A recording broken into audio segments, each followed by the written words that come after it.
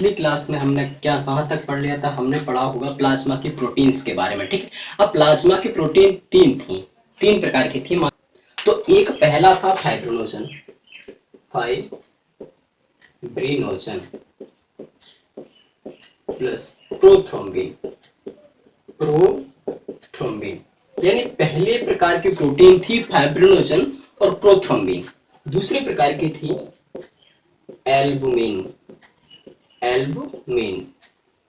और तीसरे प्रकार की जो प्रोटीन है उसका नाम क्या है? उसका नाम है ग्लोबुलिन्स, ग्लोबुलिन्स। तो तीन प्रकार की प्रोटीन पाई जाती है प्लाज्मा में। दोस्तों हमें पता है हमारा जो ब्लड है वो दो चीजों से मिलकर बना है, एक सॉलिड पार्ट से, एक लिक्विड पार्ट से। जो सॉलिड पार्ट है वो रक्त कणिकाएं हैं जैसे आरबीसी, डब्ल्यूबीसी, प्लेटलेट्स। और जो उसका लिक्विड पार्ट है वो प्लाज्मा है आपका। प्लाज्मा हमारे खून में 50 से 60% पाया जाता है। प्लाज्मा की बात आएगी तो प्लाज्मा में सबसे ज्यादा जो पाया जाता है वो वाटर पाया जाता है 90 से 92%। उसके बाद 7% उसमें प्रोटीन पाई जाती है और जो प्रोटीन आपके सामने है। प्लाज्मा का हल्का पीला रंग होता है जो बिलिरुबिन के कारण होता है। किसके कारण? बिलिरुबिन। ये बिलिरुबिन यकृत के द्वारा निकाला जाता है, ठीक है। एक बिलिरुबिन होता है, एक बिलिवर्डिन होता है। बिलिरुबिन का रंग होता है पीला और बिलिवर्डिन का रंग होता है ग्रीन यानी हरा, जो इन दोनों की यकृत के द्वारा निकाले जाते हैं, ठीक है।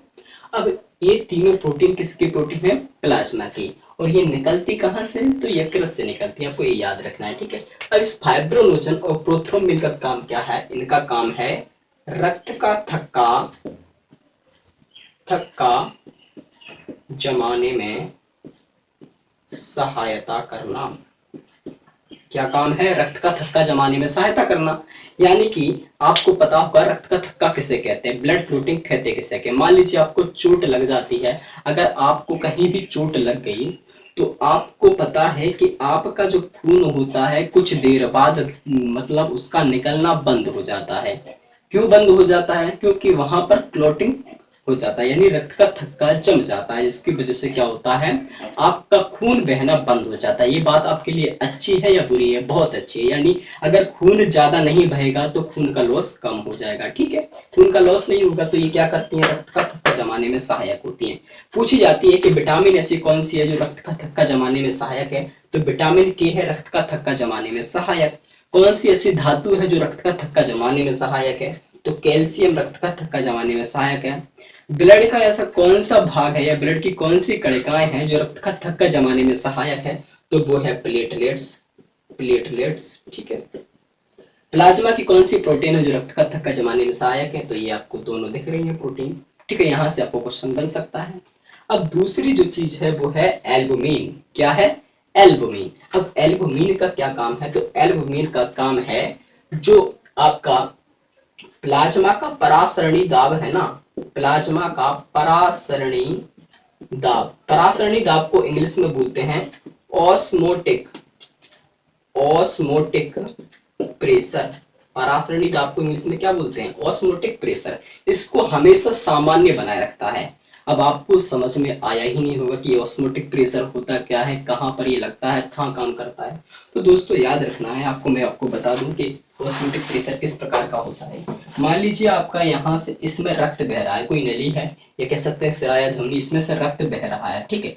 तो हमें पता है रक्त प्लाज्मा, रक्त जो है वो दो चीजों से मिलकर बना है जिसमें प्लाज्मा भी है, और प्लाज्मा में हमें पता है जल पाया जाता है 90 से 92%। तो जो ऑस्मोटिक प्रेशर है ना वो जल को क्या करता है? अंदर की ओर ही धकेलता है, यानी सिराओं और धमनियों में अंदर ही रहने देता है। क्या? किसको? जल को। बाहर की ओर नहीं भेजता, जैसे बाहर को भेज दिया और आसपास के ऊतक में कहीं जल संचित हो गया, स्टोर हो गया, तो हमारे शरीर में सूजन आ जाती है, ठीक है। याद रखना है जो ऑस्मोटिक प्रेशर है वो खून को क्या कर रहा है? अंदर की ओर ही रहने दे रहा है। लेकिन इस ऑस्मोटिक प्रेशर का एक और उल्टा प्रेशर होता है जिसे हम कहते हैं हाइड्रोस्टेटिक प्रेशर। क्या कहते हैं उसे? Hydrostatic pressure. अब ये क्या करता है? हाइड्रोस्टेटिक प्रेशर क्या करेगा? जो हमारी वाहिकाओं में जो पानी भी बह रहा है रक्त के साथ साथ, उस द्रव को क्या करता है? बाहर निकालने की कोशिश करता है। यानी द्रव को क्या कर रहा है? बाहर निकालने की कोशिश कर रहा है। दोस्तों याद रखना है जब भी एल्बुमिन की कमी पड़ेगी, यानी एल्बुमिन प्रोटीन की कमी हो जाए, तो परासरणी दाब यानी ऑस्मोटिक प्रेशर क्या होगा, कमजोर पड़ जाएगा। और सबसे ज्यादा ताकतवर क्या हो जाएगा, हाइड्रोस्टेटिक प्रेशर। और कहीं हाइड्रोस्टेटिक प्रेशर ताकतवर हो गया तो वो आपका जो मतलब द्रव है, मतलब द्रव जो होते हैं ना, तो द्रव को क्या करेगा, आसपास के ऊतकों में फेंक देगा, ये बाहर निकाल देगा। और जैसे ही बाहर निकल जाएगा तो ऊतकों में पानी संचित हो जाएगा, द्रव संचित हो जाएगा, जिससे हाथ पैरों में सूजन आने लगती है, शरीर में सूजन आने लगती है। और इस बीमारी को क्या कहते हैं, इस बीमारी को कहते हैं इडीमा। ठीक है, क्या कहते हैं, इडीमा। इसको हिंदी में सौफ भी कहते हैं, सौफ। ठीक है, तो एक बीमारी हो जाएगी इडीमा या सौफ। तो आपको समझ में आया होगा एल्बुमिन का काम क्या है। तो एल्बुमिन का काम जो है वो है आपका जो प्लाज्मा का परासरणी दाब है उसको नियत बनाए रखना। अगर ये नहीं कर रही, अगर इसकी कमी हो जाएगी तो परासरणी दाब जो होगा वो घट जाएगा, और जो आपका ब्लड का जो लिक्विड फॉर्म है वो आपके आसपास के ऊतकों में भर जाएगा, और जब भर जाएगा तो शरीर में सूजन आ जाएगी। ठीक है, तो ये आपको एल्बुमिन में समझ में आ गया। तीसरा जो है वो है ग्लोबुलिन्स। तीसरी प्रोटीन का नाम क्या है, ग्लोबुलिन्स। अब दोस्तों ये ग्लोबुलिन्स 3 प्रकार की होती है, एक तो अल्फा ग्लोबुलिन्स, एक बीटा ग्लोबुलिन्स, एक गामा ग्लोबुलिन्स। ग्लोबुलिन्स कितने प्रकार के, 3 प्रकार के, अल्फा, बीटा, गामा। ठीक है, तो क्या होता है, इन तीनों के अलग अलग काम है। जैसे जो अल्फा ग्लोबुलिन्स होती है ना, मैं इसको मिटा देता हूँ। अल्फा ग्लोबुलिन्स होती है, इसका काम क्या है, इसका काम है कि हीमोग्लोबिन की पुटरिया को बांध देना, यानी हीमोग्लोबिन को ये बांधता है और कहाँ पहुंचा देता है, ये पहुंचा देता है कुफेर कोशिकाओं में। कहाँ पहुंचा देता है, कुफेर कोशिका। अब ये कुफेर कोशिका क्या होती है, तो यकृत में कुछ कोशिकाएं पाई जाती हैं जिसे कहते हैं कुफेर कोशिका। यही कुफेर कोशिकाएं नष्ट कर देती हैं हीमोग्लोबिन को। यानी अल्फा ग्लोबुलिन्स का काम क्या है, हीमोग्लोबिन को बांधकर कुफेर कोशिकाओं में पहुंचाना, और कुफेर कोशिकाओं में हीमोग्लोबिन क्या हो जाएगी, नष्ट हो जाएगी।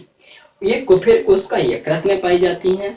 जितना भी हम फालतू खाते हैं, उल्टा सीधा खाते हैं, जो विषाक्त होता है, वो सारी विषाक्तता को दूर करने का काम कुफेर कोशिका ही करती हैं। तभी कहते हैं ना कि यकृत सबको नष्ट कर देता है, यानी यकृत जो भी विषहर वाली चीज, विष वाली चीजें खाते थे उसको विषहर कर देता है यकृत। ठीक है, इसलिए यकृत खराब भी बहुत जल्दी होता है, क्योंकि सभी बुराइयों को ग्रहण कर रहा है कौन, यकृत कर रहा है, यकृत के कुफेर कोशिकाएं ग्रहण करती हैं। ठीक है, तो अल्फा का काम ये हो गया। बीटा की बात करें तो बीटा क्या करता है, तो बीटा जो तांबा और लोहा होता है ना, तांबा और लोहा, इसका वहन करता है। हमें पता होगा हमारे शरीर में या हमारे खून में लोहा पाया जाता है, क्योंकि हमारा खून 2 चीजों से मिलकर बना है। बार बार बता रहा हूं मैं, प्लाज्मा से और रक्त कणिकाओं से। रक्त कणिकाओं में जो आरबीसी है ना, आरबीसी में एक क्या पाया जाता है, हीमोग्लोबिन पाया जाता है, और हीमोग्लोबिन जो होता है वो लोहे से ही मिलकर बना होता है। ठीक है, तो बीटा का काम ये हो गया। अब बात करें गामा का काम क्या है, कि गामा का आखिर काम क्या है, गामा ग्लोबुलिन्स का। तो गामा ग्लोबुलिन्स का काम है एंटीबॉडी का निर्माण करना। क्या क्या, एंटीबॉडी का निर्माण करना। अब मान लीजिए अगर एंटीबॉडी का निर्माण कर रही है गामा, तो गामा एंटीबॉडी का निर्माण करेंगे तो हमारे शरीर को इम्यूनिटी प्रदान करेंगे। हमें पता है कि एंटीबॉडी क्या करती है, इम्यूनिटी सिस्टम बनाती है, बहुत अच्छा कर देती है। जैसे हमें पता होगा कि बाहर का वायरस होता है ना, उसमें एक खतरनाक पार्टिकल होता है जिसे एंटीजन कहते हैं। क्या कहते हैं, एंटीजन। और एंटीजन को किल करने का काम करती है एंटीबॉडी। तो एंटीबॉडी हमारे लिए बहुत अच्छी होती है। तो एंटीबॉडी बना रहा है कौन, गामा ग्लोबुलिन्स। तो ये हमारे शरीर को संक्रमण से भी बचाएगा और हमारे